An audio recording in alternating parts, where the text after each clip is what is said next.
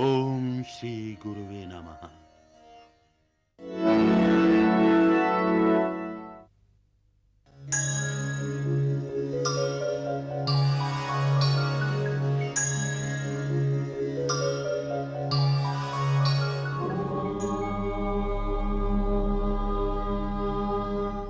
ओम ही वर्चस्वते, ओम ही सर्वस्वते। जीर्ण तन या हीन मन हो या मनस का फेर हो, पाप की दुविधा हो या फिर इस जगत का घेर हो, शरण अध्यात्म को अपना बना कर दे, एक और विज्ञान से रिश्ता बना कर दे।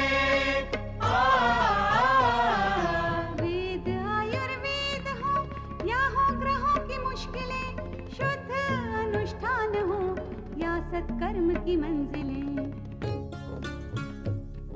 अध्यात्म में हर रास्ता है पास आकर दे, एक और विज्ञान से रिश्ता बना कर दे, एक और विज्ञान से रिश्ता बना कर दे।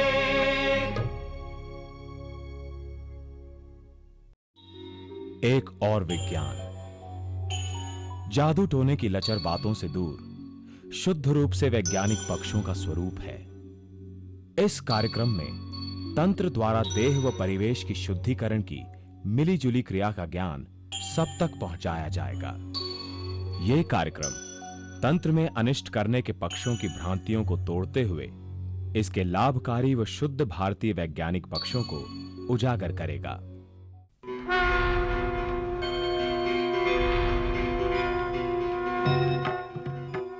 जय भगवान, नमस्कार, जय माता दी। कैसे हम अपनी मंजिल पर पहुंच सकते हैं,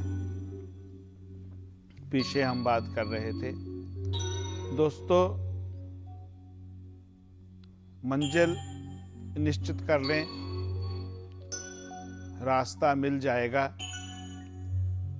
पर इस सब में गुरु आपकी बहुत मदद करते हैं। गुरु रास्ते को आसान बना देते हैं और मंजिल भी निकट आ जाती है जब गुरु कृपा होती है। गुरु का ज्ञान आपके अज्ञान को नष्ट कर देता है। गुरु की नसीहत आपकी जिंदगी में नई क्रांति ला देती है। कभी कभी ऐसे व्यक्तियों का साथ मिल जाता है, गुरु नहीं होते, कुछ ऐसी चीज सिखा जाते हैं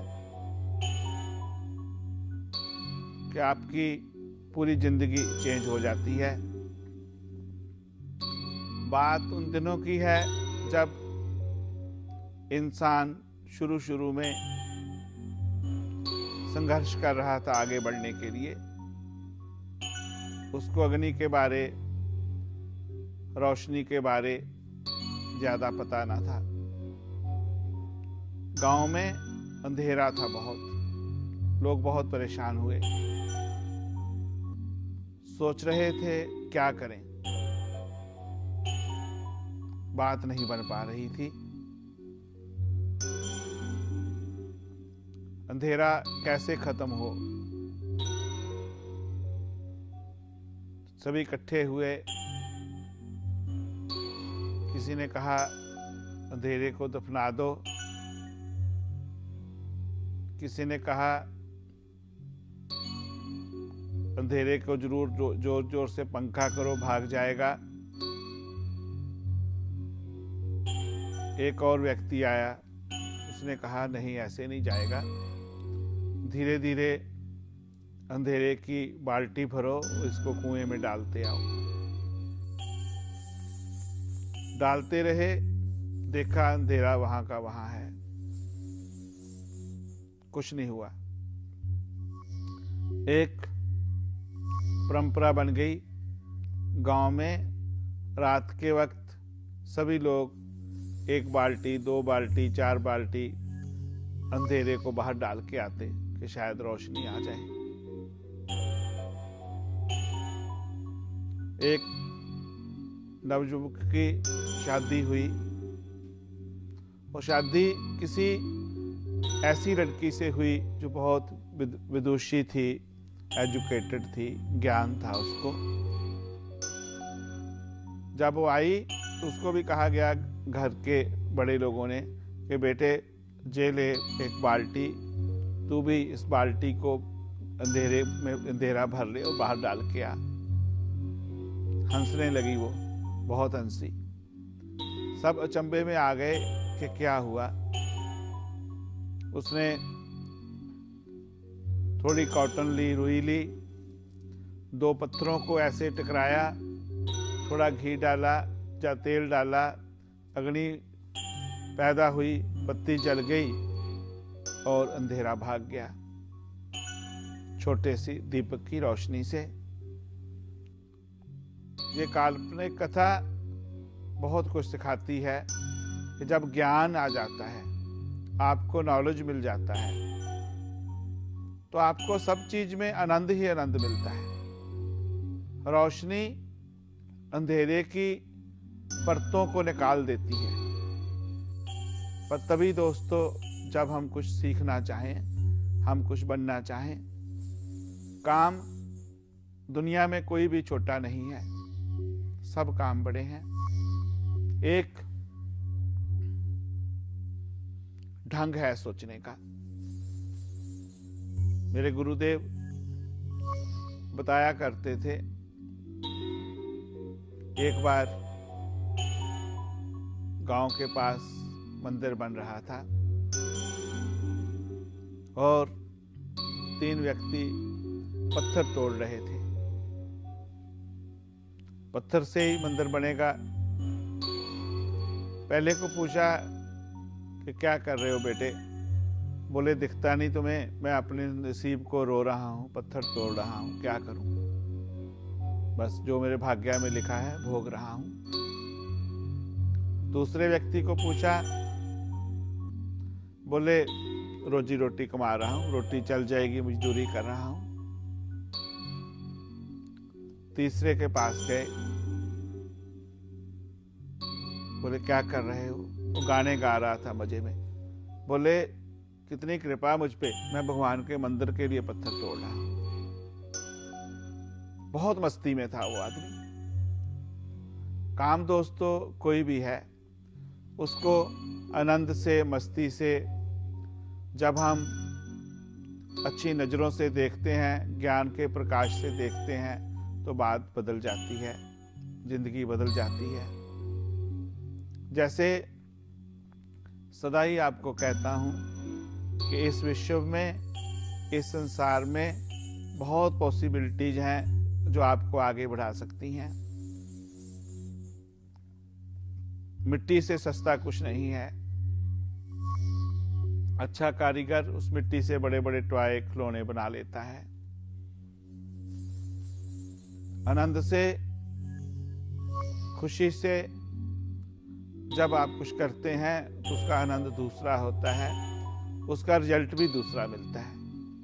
आप देखें, कभी बच्चे भी मेरी बात को सुन रहे होंगे। बच्चों, आपने देखा होगा जिस दिन आप मूड से पढ़ते हैं, खुशी से स्टडी करते हैं, उस दिन आप 2 घंटे में इतना कुछ कर लेते हैं कि आपने 2 दिन में नहीं किया होता, क्योंकि तब आप एंजॉय करते हैं उसमें। ऐसे ही आप बुक लेके बैठे रहते हैं तो कोई बात नहीं बनेगी।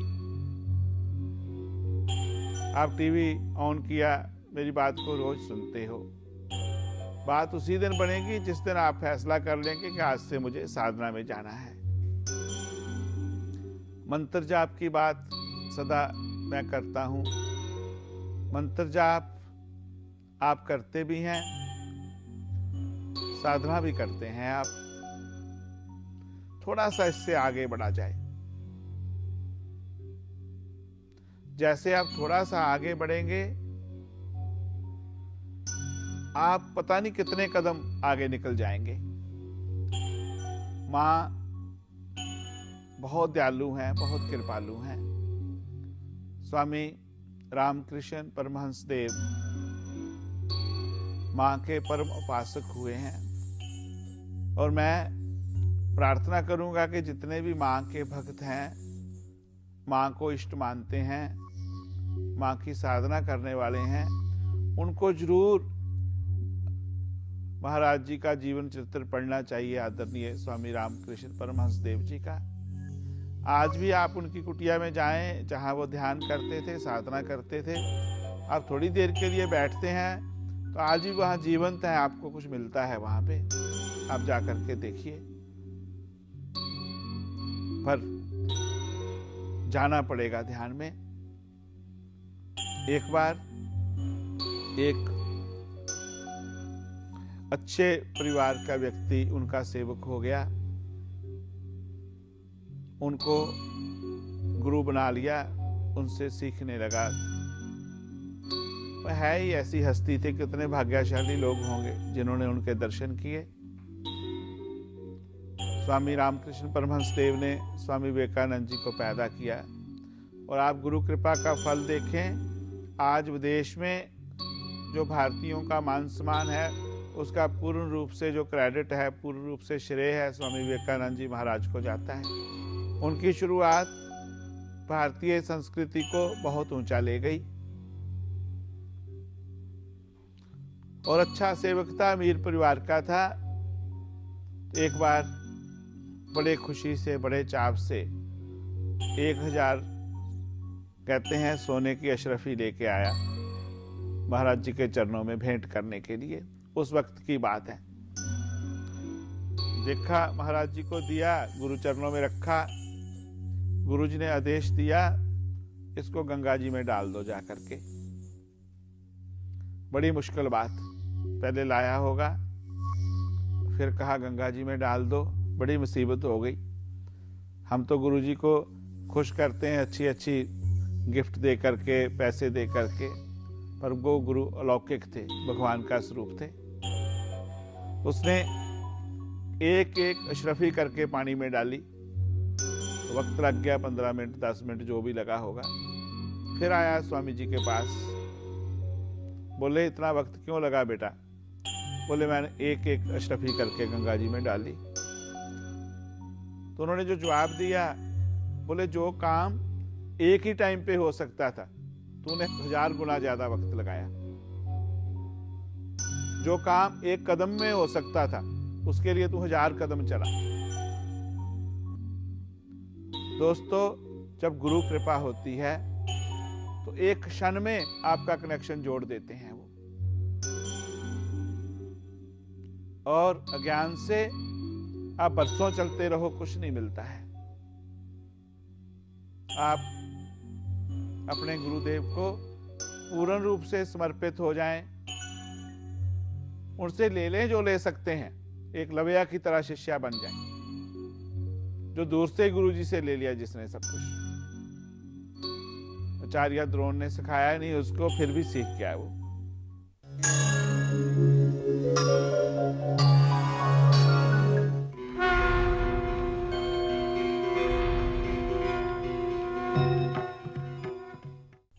नमस्कार, मैं अपर्णा घोषाल कार्यक्रम एक और विज्ञान में आप सबका बहुत बहुत स्वागत करती हूँ।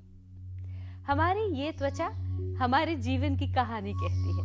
ये त्वचा स्वस्थ रहे, कांति में रहे, इसके लिए हम बहुत बार प्रयासरत रहते हैं, लेकिन कई बार ये त्वचा संबंधी समस्याएं हमें परेशान कर देती हैं। कई बार हमारे अंदर कितनी ही तरह की कॉम्प्लेक्सेस ले आती हैं। किस तरह से हम अपनी इस त्वचा को बना के रख सकते हैं स्वस्थ, सुंदर? इसके लिए स्पिरिचुअलिज्म हमारी किस तरह से मदद कर सकता है, आइए इसी विषय पर जानकारी हासिल करते हैं। हमेशा की तरह आज भी हमारे साथ उपस्थित है परम पूज्य श्री चामुंडा स्वामी जी महाराज। स्वामी जी, आपका बहुत बहुत स्वागत है। शुक्रिया पर्णा। दर्शकों बहुत बहुत नमस्कार, प्रणाम, जय माता दी। आप स्वस्थ रहें। पीछे काफी बीमारियों के बारे में आपसे चर्चा की।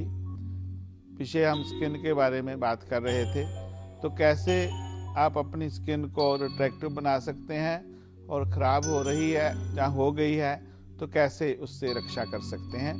इसी चर्चा को आगे बढ़ाता हूँ अपर्णा जी के साथ। स्वामी जी, आज के समय में जो ज्योतिष शास्त्र के ऊपर इतनी चर्चाएं हो रही हैं, इतने आयोजन हो रहे हैं और इतने प्रोग्राम्स बन रहे हैं, लोग देखते हैं, ऐसे में जो जन्म फल है या वार्षिक फलादेश है, इसके लिए जो किताबें मिलती हैं अमूमन, क्या वो भी एस्ट्रोलॉजी के हिसाब से उन पर भी रिलायबिलिटी रख सकता है एक आम आदमी, या फिर इसके लिए भी बड़ा स्पेसिफिक होना पड़ेगा व्यक्ति को कि नहीं, ये किसी जानकार से, ज्योतिषचार्य से हमें बनवाना चाहिए? थोड़ा सा बेटा गाइडेंस मिल सकती है। अगर आपने पूर्ण रूप से गहराई में जाना है, पूर्ण रूप से ज्योतिष का सहारा लेना है, तो फिर तो आपको और गहराई में जाना पड़ेगा, अच्छे ढंग से ज्योतिष का सहारा लेना पड़ेगा, वही ठीक होगा। जैसे इवन वर्षफल है, आपका वर्ष कुंडली बनती है, तो कभी कभी आपका जो नया साल है जन्मदिन के हिसाब से कभी कभी लगता 3:07 पे शुरू होगा, वहाँ से ही वो बाकी की बात शुरू हो जाती है। और कभी कभी मैंने देखा है अपने अनुभव में, जन्म कुंडली कमज़ोर है आपकी, जन्म के ग्रह कमज़ोर हैं आपके, वर्ष कुंडली के ग्रह अच्छे हैं तो आपको बढ़िया बात बनती है, आपको बढ़िया फल मिलता है। तो जैसे आप राशि फल से बात करते हैं, नाम राशि से करते हैं, तो मैं बहुत बार उसकी चर्चा कर चुका हूँ कि हम सभी पूरे वर्ल्ड को 12 हिस्सों में कैसे बांट सकते हैं। आपको तो आप देखिए अपने रिश्तेदारों में, फ्रेंड सर्कल में जितनों को जानते हैं, 5,000 10,000 आदमी इकट्ठा कर लें, उसमें एक आदमी के साथ भी आपकी बात नहीं बनेगी। आप इवन अपनी जो डेट, जिस डेट में आप पैदा हुई हैं, उस डेट वाले लोगों को आप इकट्ठे कर लें तो भी वो बात नहीं बनेगी, क्योंकि ज्योतिष विज्ञान बहुत ही सूक्ष्म विज्ञान है। और जो ज्योतिषी है सच में वो, उसको अपने पेट को छोड़ करके ऊपर देखना पड़ता है। जैसे आप सदा कहती हैं कि वो नीडी होना चाहिए व्यक्ति, ग्रीडी नहीं होना चाहिए। मुझे ये बात बहुत अच्छी लगती है आपकी। जहाँ जरूरत है, जरूरतें तो पूरी करनी ही है, पर मिसगाइड करना जो है वो बहुत बड़ा पाप है। अज्ञानता से जिस अनजाने में कुछ हो जाए, दैट इज सेपरेट थिंग। तो ज्योतिष विज्ञान इतना बड़ा विज्ञान है, जिस विज्ञान में किसी महापुरुष की बच्ची का एक्सीडेंट हो गया और कह रहा है मुझे पता चल गया, मैं ठीक हूँ। और मैंने कोई मेरे साथ जीवन में घटना हुई तो मैं पहले बीमारी के बारे में बहुत कम देखता था, तो उसके बाद मैं ऐसा देखने लगा। मुझे अभी मैं कह देता हूँ कि इस बच्चे को ऐसी बीमारी हो सकती है, आप ध्यान रखें। उसमें मेरे साथियों ने भी सहयोग दिया कि कैसे बच्चा कोई कोमा में चला जाए, उसको कैसे वापस लाना है, क्या करना है, क्या बात करनी है। क्योंकि एक किसी जगह पे गलती हो गई जहाँ पता नहीं चल पाया, तो दूसरे लोगों को उसका लाभ मिल पाए। और ज्योतिष विज्ञान ऋषि मुनियों की विद्या है, इसको जितना आप गहराई से इसका प्रचार करेंगे, जितना गहराई से इसको लोगों को बांटेंगे, उतना पूरा भारत का नाम होगा। एक व्यक्ति पूरे भारत का नाम खराब करता है ना। बातें हो रही हैं ज्योतिष में, बहुत ज़्यादा होनी चाहिए। और मेरे विचार से जब से ज्योतिष, मुझे ब्राह्मण जन क्षमा करेंगे, जब से ज्योतिष ब्राह्मण लोगों के हाथ से निकला है, तब से ज्योतिष विज्ञान ने बहुत तरक्की की है। मैं खुद ब्राह्मण हूँ, पर सच्चाई है कि जब ज्योतिष विज्ञान ब्राह्मण के हाथों से निकला तो ज्योतिष विज्ञान ने तरक्की की। ज्ञान जब उसको खूब बांटा जाता है, उसकी खूब चर्चा होती है, तो उसको बहुत तरक्की करता है। पर कभी कभी बीच में नुकसान होते हैं, पर नुकसान पूर्णता वाले होते हैं। आज अगर कोई व्यक्ति ज्योतिष पे गलत करता है तो उसको 10,000 लोग देख रहे हैं, ऐसे बच्चे बैठे हैं, ऐसे अंदर बैठे हैं जिनको पता है ये व्यक्ति ऐसे कहाँ गलत बात कर रहा है, उसको जानते हैं। तो इसमें धीरे धीरे ऐसे हो जाएगा। अच्छे लोग होंगे, उनको बहुत रिस्पेक्ट मिलेगी, और गलत लोग अपने आप निकल जाएंगे। और हमारी ड्यूटी बनती है दोस्तों, वो जो विद्वान हैं उनको पूर्ण रूप से मान सम्मान दें, और जो व्यक्ति इस विद्या को नहीं जानते हैं उनको हम प्रार्थना करके कहें कि भाई आप मत करो जी। और स्वामी जी, यही वाली कोशिश हमेशा रहती है लोगों की भी कि भाई उनके जीवन में जो भी नेगेटिविटी है या जो भी कमियां हैं, स्वास्थ्य संबंधी जो भी परेशानियां हैं, वो छन के निकल जाएं और व्यक्ति एकदम सुदृढ़, स्वस्थ रहे, गूढ़ रहे, स्वस्थ रहे, यही हर कोई चाहता है। और इसी के चलते हमारी जो चर्चा, जो बातचीत है, वो यदि हम स्वास्थ्य की ही बात करें और स्वस्थ त्वचा की ही बात करें, इसके लिए कोई खास ऐसा मंत्र या कोई ऐसी पूजा, कोई ऐसा आध्यात्म गुरु या कोई ऐसा मार्गदर्शन जो कि आप देना चाहेंगे? मैं कुछ बेटियों को जानता हूँ, उनको बेचारियों को शादी के लिए तकलीफ होती है, कहीं कहीं पूछा, माँ बाप शादी की बात करते हैं, मैं भी कहूँ बेटे करो शादी, मानती नहीं है। तो कभी कभी रो पड़ती हैं, गुरुजी कैसे शादी करें, हमारी जो तकलीफ है स्किन की, तो हम किसी दूसरे का जीवन खराब नहीं करना चाहते। डॉक्टरों ने भी जवाब दे दिया कि नहीं ये ठीक हो सकता। कुछ लोग प्लास्टिक सर्जरी कराते हैं, कुछ बेचारे नहीं कर पाते, कुछ कभी कभी करते हैं, फिर कोई ना कोई नई प्रॉब्लम शुरू हो जाती है। तो स्किन के लिए अगर ज़्यादा सीरियसली कोई परेशानी है तो उसके लिए कायाकल्प प्रयोग हैं जो स्पेशली वक्त लगता है किए जाते हैं। उस कष्ट को ट्रांसफ़र किया जाता है किसी पेड़ के ऊपर, किसी जानवर के ऊपर, किसी पुतले के ऊपर, फूलों के ऊपर, तो उससे बहुत जल्दी आपको फ़र्क पड़ने लगता है। पर लंबा प्रोसीजर है, एक दिन का प्रोसीजर नहीं है। जो आसान प्रोसीजर है, छोटी छोटी बात है, जैसे सॉइसेज किसी का ठीक नहीं हो पा रहा तो उसको रोगान शेषान मंत्र का जो जाप है उसको आपको जरूर करना चाहिए। और साथ में जो आपका जन्म लगन का ग्रह है उसके संबंधित स्टोन जरूर पहनना चाहिए। और अगर आप ऐसा जाप करेंगे तो आपको बहुत फर्क पड़ेगा। दूसरे नंबर पे कृष्ण तुलसी होती है, उसके पत्ते ले लें, काफ़ी सारे नरम नरम कौंपले ले लें, तो उसको दूध में अच्छी तरह से ऐसे मिक्स करें जैसे पेस्ट जैसा बन जाए। तो जो ओम एम ह्रीम क्लीम चामुंडा विचे है माता जी का मंत्र, तो उसको जहाँ जहाँ आपको स्किन में कोई प्रॉब्लम है वहाँ वहाँ पे लगाते रहें। तो आप देखेंगे कि कुछ ही दिनों में आपको जो है वह फ़र्क पड़ने लग गया है। और जो बच्चे की स्किन है वो तो बहुत जल्दी इससे ठीक हो जाती है। आप सोचेंगे कि 10, 15, 20 दिन में ही ठीक हो जाती है। ये प्रयोग मुझे बहुत साल पहले किसी महात्मा ने बताया था, बहुत जगह में ये कारगर सिद्ध हुआ है, बिल्कुल ही लोग ठीक हुए हैं। सच में छोटी छोटी बातें कभी कभी इतना बड़ा बड़ा काम कर जाती हैं, सिर्फ उसकी कृपा, माँ भगवती की, ईश्वर की कृपा। बस आप करें जरूर, बातें नहीं करते रहें, और करने से आपको लाभ ही होगा, ना करने से तो आप कष्ट भोग ही रहे हैं। तो आपके कष्टों में कमी आए, माँ कृपा करे। इसी के साथ आपसे इजाज़त लेता हूँ।